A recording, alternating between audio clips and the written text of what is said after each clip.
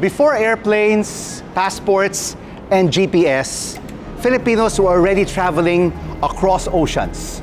Our ancestors built boats, followed the stars, and connected islands and cultures through the sea.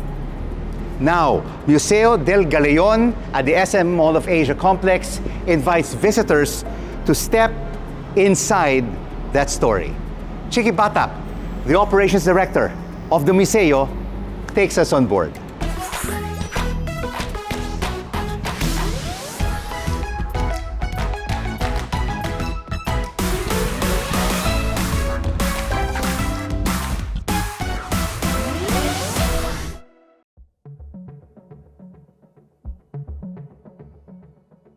The Filipino story has always been connected to the sea.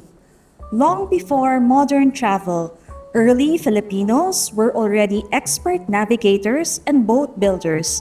From the Balanghay to the Butuan boats, our ancestors crossed waters using skill, instinct, and the stars above them. That journey now comes alive inside Museo del Galeón. If you have seen the Silver Dome here at the SM Mall of Asia complex, this is what's inside. A full-scale representation of the Galeón Espiritu Santo and a museum experience built around one of the most important chapters in Philippine history.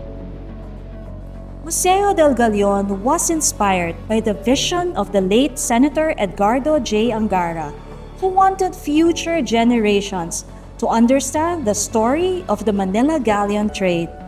At the center of the museum is the Galeón Espiritu Santo, a life-size recreation of a 17th century ship. Simply reading about history, visitors can actually walk through it. The museum traces how the Manila-Acapulco Galleon Trade connected Asia, the Americas, and Europe for over 250 years. And here's something many Filipinos may not know.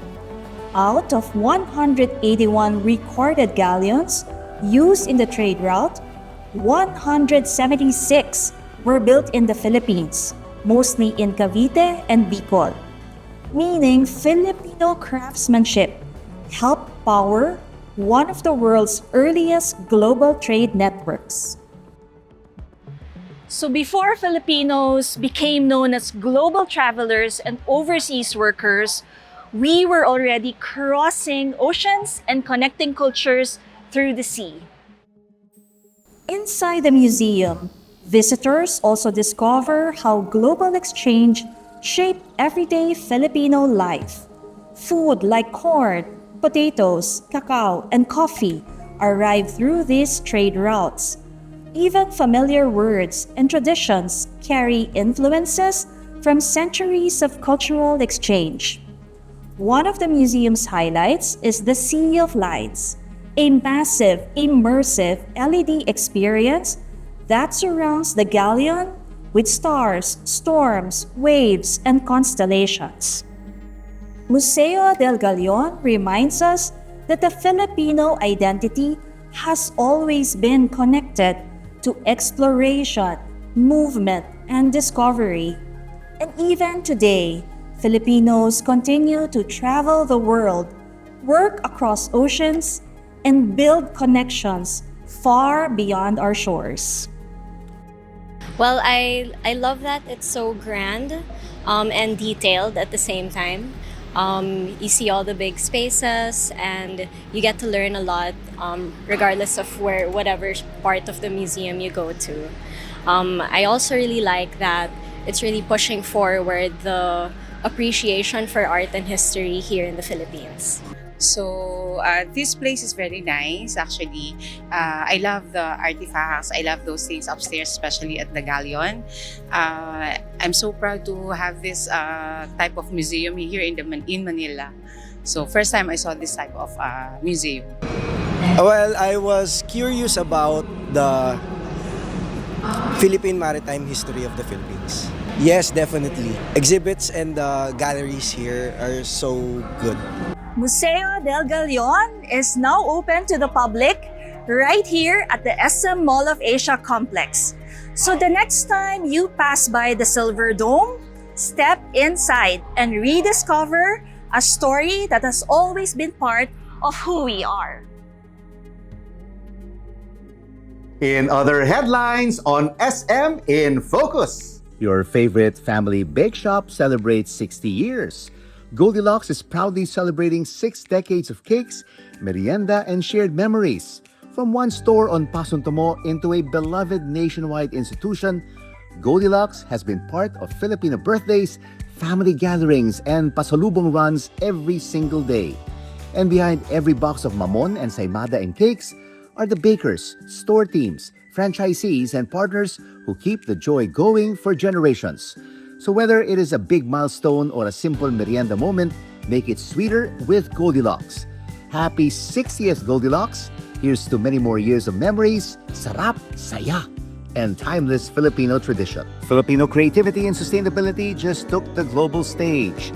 SM Supermalls officially secured 2 silver victories at the prestigious ICSC Maxi Awards for Art From All and the SM Green Movement.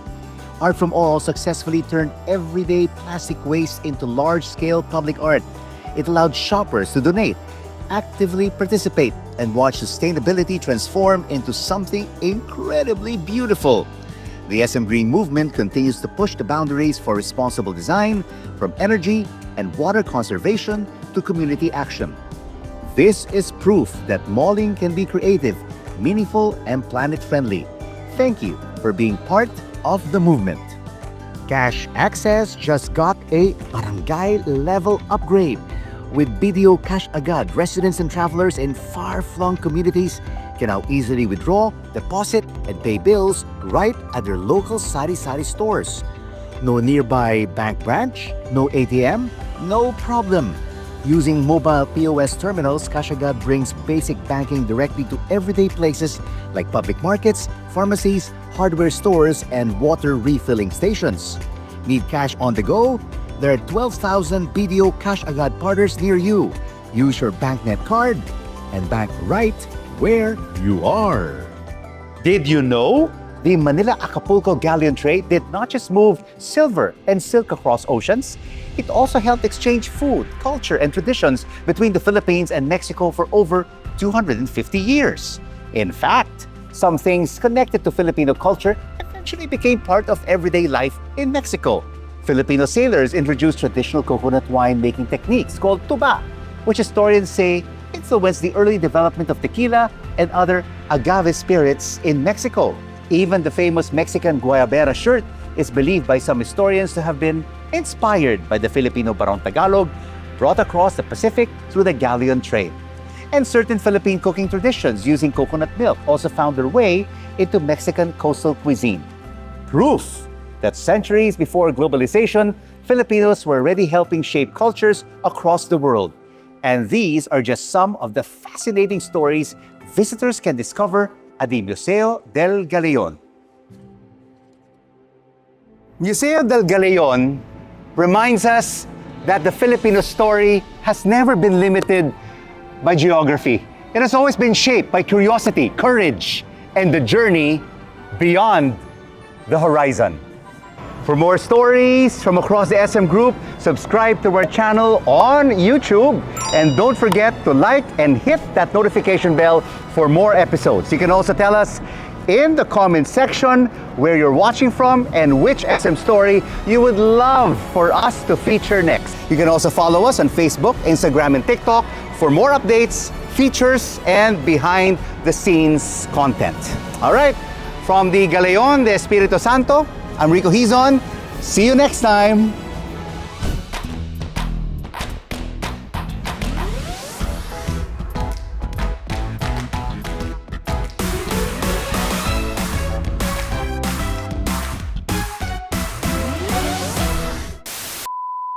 So before Filipinos, Galeon!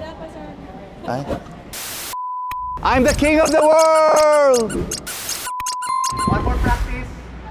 3, 2, 1, go!